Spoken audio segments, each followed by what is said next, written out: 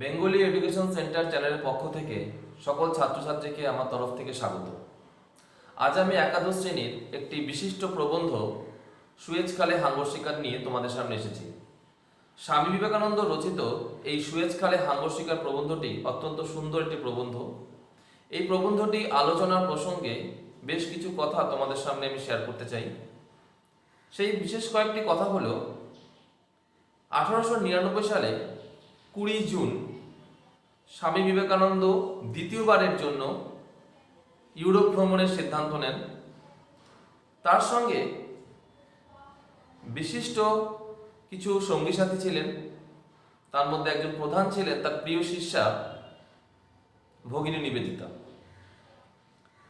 উদ্বোধন পত্রিকার সম্পাদক অনুরোধ জানান স্বামী বিবেকানন্দের কাছে তিনি যেন তার ভ্রমণের প্রত্যেকটি কাহিনী অভিজ্ঞতা তাকে পত্র মারফত জানায়। সম্পাদকের অনুরোধে স্বামী বিবেকানন্দ তার ভ্রমণের যাবতীয় ঘটনাবলী পত্রাকারে তার কাছে প্রেরণ করতে থাকে। পরবর্তীকালে স্বামী শারদানন্দের তত্ত্বাবধানে পরিব্রাজক নামে এই গল্প গ্রন্থটি প্রকাশিত হয়। তাহলে আমাদের বুঝতে সুবিধা হবে যে পরিব্রাজক গ্রন্থটির অন্তর্গত আমাদের এই প্রবন্ধ সুয়েজ খালে হাঙ্গর শিকার।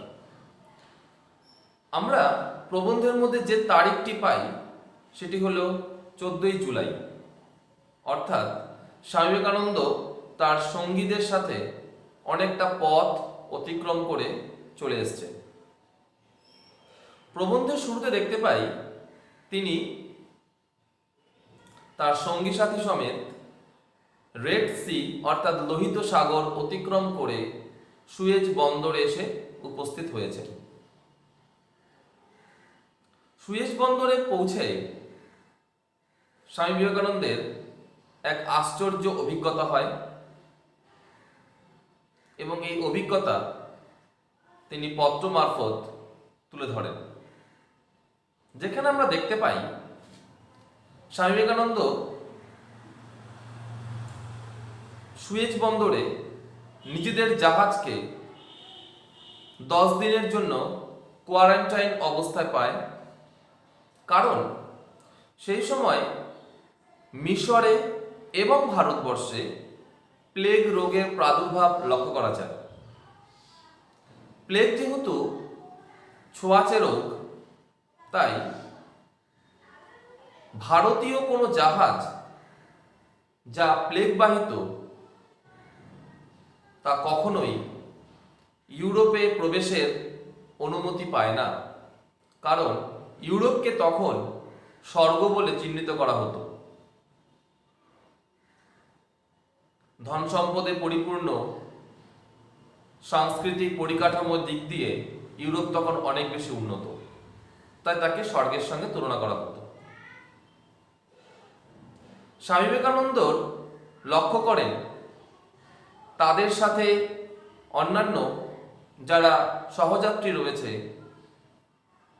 প্রত্যেককে 10 দিনের কোয়ারেন্টাইনের অসহ্য দুর্ভোগ সহ্য করতে হচ্ছে। যেহেতু ছোঁয়াছুঁয়ির মাধ্যমে এই রোগের সংক্রমণ ছড়িয়ে থাকে, তাই জাহাজে মালপত্র নামানোর জন্য কোনো রকম কুলির ব্যবস্থা সেখানে নেই। অগত্যা জাহাজের খালাসিরাই ক্রেনের মাধ্যমে যাবতীয় মালপত্র আলটপকা উপর থেকে নিচে ফেলে দিচ্ছে এবং নিচে থাকা লোকজন সেগুলি যত্রতত্র কিংবা যথাস্থানে নিয়ে যাওয়ার ব্যবস্থা করছে। এই রকম পরিস্থিতিতে জাহাজ রাত্রিবেলাতেও চলাচল করতে পারে না, কারণ সেখানে আলোর ব্যবস্থা নেই। সকলকে এক কঠিন সময়ের মধ্যে যখন দিন যাপন করতে হয়, তখনই এক রোমাঞ্চকর ঘটনা সাক্ষী থাকে সকলে। এই রোমাঞ্চকর ঘটনাটা কি? এই রোমাঞ্চকর ঘটনাটাই হলো হাঙ্গর শিকারকে কেন্দ্র করে। হঠাৎ করে একদিন জাহাজের পেছন থেকে বা জাহাজের পেছনের দিকে সমুদ্রে জাহাজ যাত্রীরা লক্ষ্য করে হাঙ্গর ভেসে বেড়াচ্ছে। হাঙ্গর দেখার সৌভাগ্য সকলের ঠিকমতো হয়ে ওঠে না, তাই জাহাজ যাত্রীরা এই সৌভাগ্যকে হাতছাড়া করতে চায়নি। হাঙ্গর ভেসে বেড়াচ্ছে এই খবরটা যতক্ষণে স্বামী বিবেকানন্দর কাছে গিয়ে পৌঁছায়, ততক্ষণে হাঙ্গর তার দলবল সমেত চলে গিয়েছে। এতে অত্যন্ত মনে দুঃখ পায় স্বামী বিবেকানন্দ। বেশ কিছু সময় ধরে তিনি অপেক্ষা করে জাহাজের বারান্দায় বসে, কখন আবার হাঙ্গর আসবে, কখন আবার হাঙ্গর আসবে। যখন তার ধৈর্যের সীমা ছাড়িয়ে যায় এবং তিনি সেখান থেকে চলে আসার সিদ্ধান্ত নেয়, তখনই কিছু মানুষের কোলাহল শুনতে পায়। তিনি শুনতে পায় দূরে থেকে একটি হাঙ্গর আসছে। তিনি এবার দেরি না করে হাঙ্গর প্রত্যক্ষ করবার জন্য জাহাজের বারান্দাতে গিয়ে উপস্থিত হন এবং দেখতে পান কালো প্রকাণ্ড হাঙ্গর তাদের দিকে ছুটে আসছে। হাঙ্গর শুধু একা নয়, হাঙ্গরের সঙ্গে আরো দু ধরনের মাছ আসছে। একটি হলো পাইলট ফিশ, আর একটি হলো হাঙ্গর চোষক। এই পাইলট ফিশ হাঙ্গরকে তার শিকার পর্যন্ত পৌঁছে দেয় এবং শিকারের পর যতটুকু খাবার বেঁচে থাকে পাইলট ফিশ সেগুলো ভোগ করে। অন্যদিকে হাঙ্গর চোষক যে মাছগুলি রয়েছে, এরা প্রধানত হাঙ্গরের গায়ে লেগে থাকে। হাঙ্গরের গায়ে যে পোকামাকড়গুলো থাকে, মূলত এগুলোই তাদের খাদ্য। এবার শুরু হয় হাঙ্গর শিকার করার এক পরিকল্পনা। বিশেষ করে জাহাজের দ্বিতীয় শ্রেণীর যারা যাত্রী ছিল, তাদের মধ্যে হাঙ্গর শিকারের প্রবণতাটা একটু বেশি মাত্রায় লক্ষ্য করেন স্বামী বিবেকানন্দ। হাঙ্গর শিকার করবার জন্য কোন উপায় অবলম্বন করবে এটা ভাবতে ভাবতে সকলের সমবেত বিচার বিবেচনায় বড়শি দিয়ে মাছ ধরার যে কৌশল, সেই কৌশলকে তারা অবলম্বন করে। অর্থাৎ তারা এর জন্য বড় রকমের কাছির বা মোটা দড়ির বন্দোবস্ত করে। বড়শি হিসেবে জাহাজের নোঙরকে তারা ব্যবহার করে। টোপ হিসেবে লাল শূকরের মাংসকে তারা ব্যবহার করে এবং ফাতনা হিসেবে কাঠের টুকরোকে তারা ব্যবহার করে। আয়োজন সঠিক সময় মতন হওয়ার পর কাছিটিকে যখন জাহাজের বারান্দা থেকে নিচে ফেলে দেওয়া হয়, তখন জাহাজের বারান্দা থেকে বেশ কিছু মানুষ অনুরোধ জানায় জাহাজের নিচে ছোট বোটে টহলদারি করা পুলিশ, মিশরীয় পুলিশদের কাছে সেই কাছিটিকে দূরে পৌঁছে দিয়ে আসতে। মিশরীয় পুলিশগণ এতে অসম্মতি জানায় না। শিকারের সম্পূর্ণ ব্যবস্থার পর যে হাঙ্গরটাকে তারা লক্ষ্য করেছিল, যাকে স্বামী বিবেকানন্দ থ্যাবড়া বলে উল্লেখ করেছেন, সেই হাঙ্গর টোপের চারপাশে কিছুক্ষণ খেলা করার পর টোপটিকে গিলে নেয়। কিন্তু টোপটিকে সে তখনও পর্যন্ত উদরস্থ করেনি, অথচ জাহাজে উপস্থিত সেকেন্ড ক্লাসের যাত্রীদের মধ্যে 40-50 জনের ধৈর্যচ্যুতি ঘটায় তারা কাছি টান দিতে শুরু করে। বিপদ বুঝে সেই হাঙ্গরটি তার মুখের থেকে সেই টোপটিকে বের করে দেওয়ার চেষ্টা করে। সে বেরও করে দেয়, প্রাণে বেঁচে যায় ঠিকই, কিন্তু টোপ বের করে দেওয়ার সময় এবং ছটফটের কারণে তার মুখের বেশিরভাগ অংশটা রক্তাক্ত হয়ে যায় এবং দ্রুত বেগে সেই স্থান পরিত্যাগ করে। দ্রুত স্থান পরিত্যাগ করার সময় বিপরীত দিক থেকে অন্য একটি হাঙ্গরও সেই টোপের দিকে এগিয়ে আসতে থাকে। সেই হাঙ্গরটি টোপের দিকে এগিয়ে আসলেও খুব সহজে টোপটিকে গিলে ফেলেনি। অন্যদিকে জাহাজ যাত্রীরা পূর্বকৃত ভুল থেকে এই শিক্ষা নেয় যে হাঙ্গরটিকে টোপ গিলতে একটু সময় দেওয়া প্রয়োজন, তা না হলে বারবার প্রচেষ্টা চালানোর পরেও হাঙ্গর শিকার কোনো ক্রমেই সম্ভব হবে না। দ্বিতীয় হাঙ্গরটি ঠিক একই পদ্ধতিতে টোপের চারপাশে খেলা করার পর তারপর সেটি গিলে ফেলে। গেলার পর যখন দ্বিতীয় হাঙ্গরটি বুঝতে পারে কোনো রকম বিপদের আশঙ্কা রয়েছে,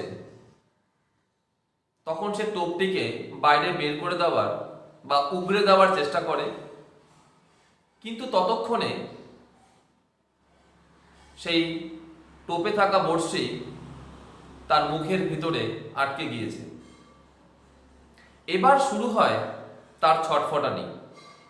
তার ছটফটানি থেকে জাহাজ যাত্রীরা বুঝতে পারে তাদের উদ্দেশ্য সফল হয়েছে।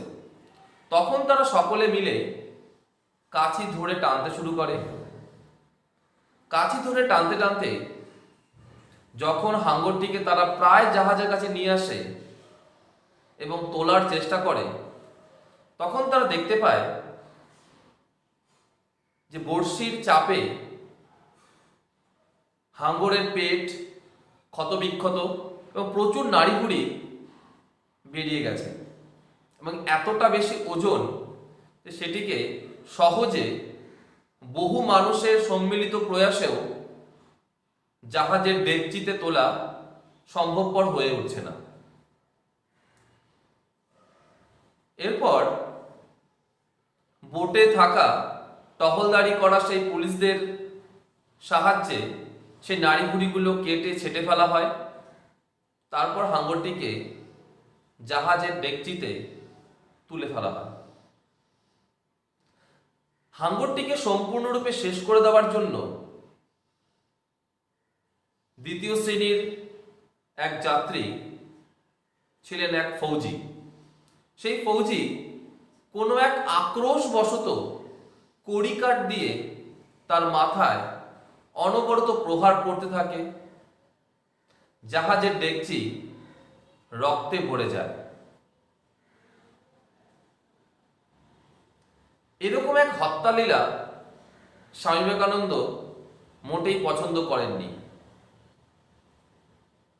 হাঙ্গরকে এইভাবে হত্যা করার যে দৃশ্য তিনি প্রত্যক্ষ করেন, এরপর তার খাওয়া দাওয়া আর হয়ে ওঠেনি। সমস্ত কিছুতেই তিনি আষ্টে গন্ধ অনুভব করেন।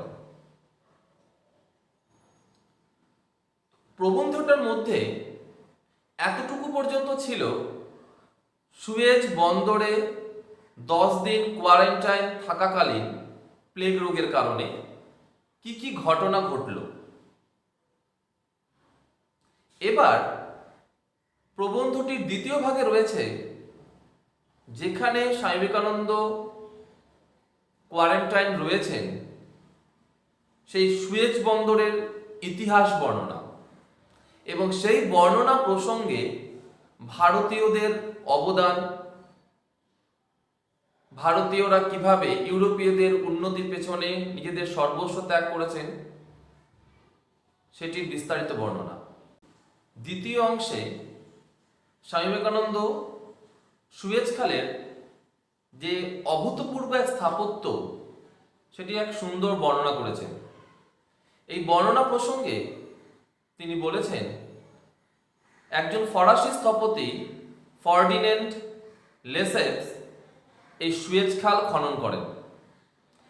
এই সুয়েজ খাল খননের উদ্দেশ্য ছিল ইউরোপ এবং ভারতীয়দের মধ্যে ব্যবসা বাণিজ্যের উন্নতি সাধন করা।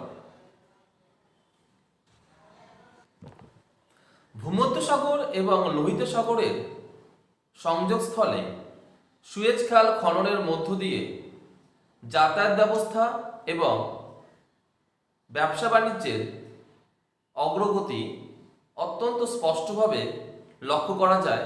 সেই সময় ভারতবর্ষ ওই সময় বিভিন্ন মশলা জাতীয় খাদ্যের পীঠস্থানে পরিণত হয়।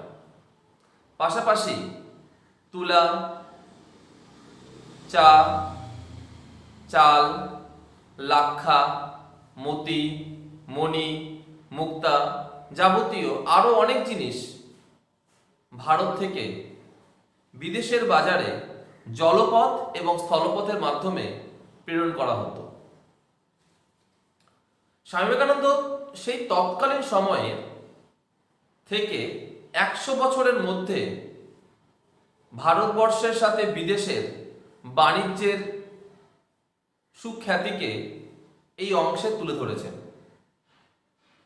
এই পর্বে আলোচনা প্রসঙ্গে তিনি এও উল্লেখ করেছেন যে দীর্ঘ 100 বছরের ব্যবসা বাণিজ্যিক আদান প্রদানে পূর্বে রোম যেহেতু ছিল বাণিজ্যের একটি কেন্দ্র, কিন্তু রোম ধ্বংসের পর ইউরোপীয় দেশগুলির প্রধান বাণিজ্যিক কেন্দ্রেতে পরিণত হয় ভারতবর্ষ।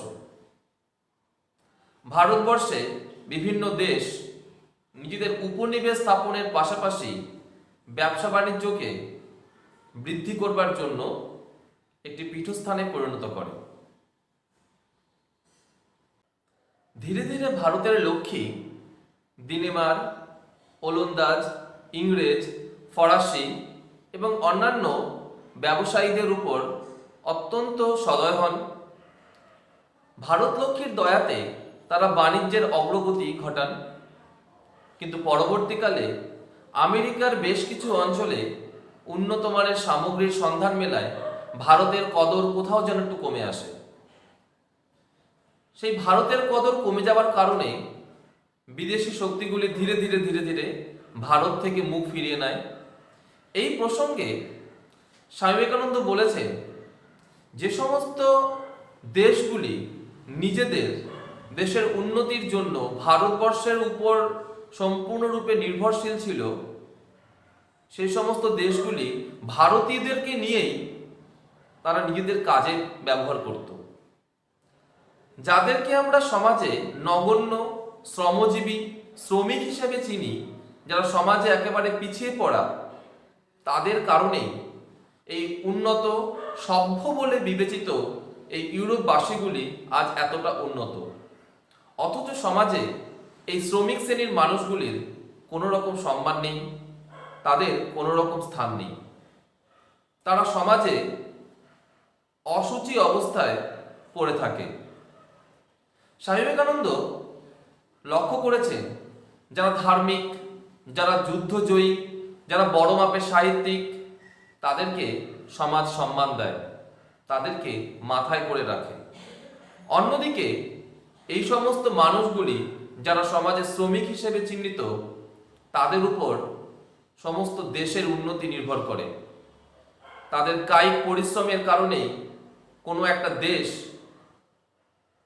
উন্নত থেকে উন্নতর পর্যায়ে পৌঁছে যায়, অথচ তাদের প্রকৃত সম্মান, প্রকৃত পারিশ্রমিক কোনোভাবেই মেলে না। তাই স্বামী বিবেকানন্দ তাদের প্রতি শ্রদ্ধা জানিয়েছেন, তাদের প্রতি প্রণাম জানিয়েছেন। প্রবন্ধের শেষে আমরা দেখতে পাই প্রাবন্ধিক এই সুয়েজ খালের কিছু সমস্যা আমাদের সামনে তুলে ধরেছেন। সেই সমস্যাটির মূল কারণ হলো এই সুয়েজ খাল মরুভূমির মধ্যে অবস্থিত। মরুভূমির মধ্যে অবস্থিত হওয়ার কারণে প্রায়শই এই খাল বালি দ্বারা ভরাটকরণ হয়ে ওঠে এবং এগুলিকে সংস্কার করা অত্যন্ত কষ্টসাধ্য এবং ব্যয়সাধ্য তো বটেই।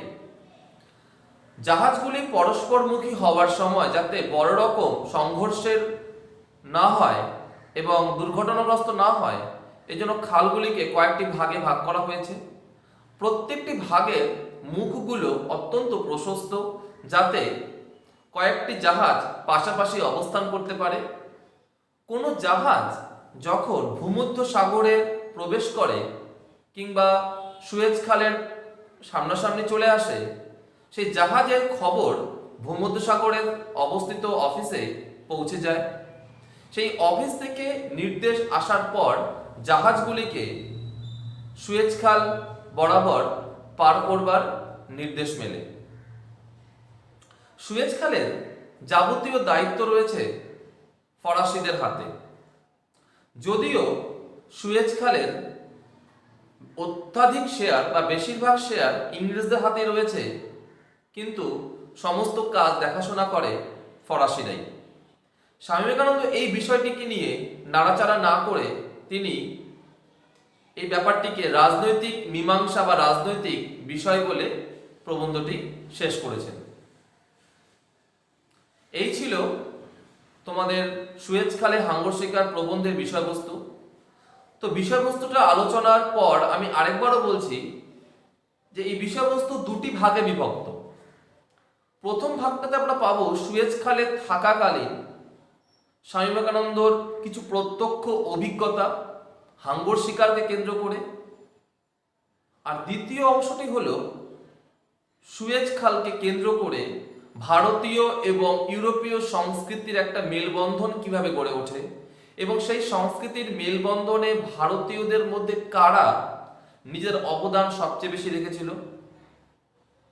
পরবর্তীকালে তিনি এই প্রবন্ধ শেষ করেন, অর্থাৎ উপসংহার নিয়ে আসেন এইভাবে সুয়েজ খালের যাবতীয় কিছু সমস্যাকে উল্লেখ করে। আশা করি তোমরা আমার বোঝানোটা বুঝতে পেরেছো। তোমরা এই প্রবন্ধটিকে খুব ভালো করে পড়বে এবং প্রত্যেকটা প্যারাগুলো ভালো করে পড়বে। মনে রাখবে প্রত্যেকটা প্যারা থেকেই প্রায় প্রশ্ন হওয়ার সম্ভাবনা বেশি। আমি আমার নেক্সট ভিডিওতে এই চ্যাপ্টারের কিছু গুরুত্বপূর্ণ প্রশ্ন তোমাদের সামনে তুলে ধরবো, যেগুলো তোমাদের আগামী পরীক্ষায় অবশ্যই কাজে লাগবে এবং তোমরা অবশ্যই সেখান থেকে কমন পাবে। আজ এই পর্যন্তই। নেক্সট ভিডিও দেখার জন্য আমন্ত্রণ রইল। ভালো থাকো, সুস্থ থাকো এবং বেঙ্গলি এডুকেশন সেন্টার চ্যানেলের সঙ্গে সবসময় থাকো।